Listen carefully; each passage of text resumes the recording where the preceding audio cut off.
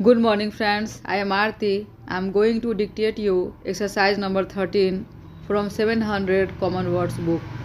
Please like the video, subscribe the channel and press the bell icon. 5 seconds.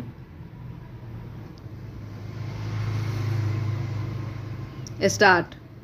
Time plays an important part in every action of every person throughout the day. Yet, time is something about which we know very little and about which we understand even less. If, in our desire to understand a little better the real meaning of time, we read a modern book on the subject, it is probably the experience of many of us that we understand it even less at the end of our reading than at the beginning, that we know indeed very little about the world in which we live. We read, for example, that everything that has been still is, that everything which is to come in the future already exists. We read that the events which make up life are like the stations along the railway line. A train is running along that line towards one of these stations. It reaches the station. It perhaps waits there for a very little while, and then it passes on, leaving the station behind it. But the station existed before the train reached it, and it continues to exist after the train has left it. In the same way, it is said the things which happen in life are there all the time, waiting for us to reach them. We reach them and experience them and pass on, leaving them behind us. According to the writers of these modern books, these events existed before we knew of them and will continue to exist when we ourselves are no more.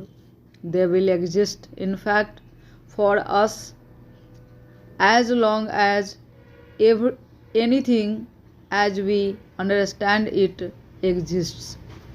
We read these statements and think carefully about them, and at first it seems that the statements cannot be true, that we cannot seriously be expected to believe them. Then perhaps we remember some of the things we were told as children and which we have always believed to be true. As children, we learned that many of the little points of light which appeared above us at night are really great bodies which are millions of miles away from the earth. Light, we were told, moves at the rate of about 1,80,000 miles a second. But so far distant are these bodies from us that the light which we see coming from them is the light which left them thousands and in some cases millions of years ago. Because of this fact, we learned if we could discover some method by which our eyes could see what was happening on one of these distant bodies, we see not what is happening today but what was happening ages and ages ago. If people something like ourselves lived on those little points of light, and if they could see what was happening on our earth, they looking at us today would see not what is happening now, but what happened thousands or millions of years ago. According to the distance they are away, but even when we remember these facts, it is for most of us difficult to get more than the smallest suggestion of an idea of what is meant when we are told that everything that has been, still is, and always will be. It is difficult to believe that there will always be somewhere the picture of you as you sit reading these words.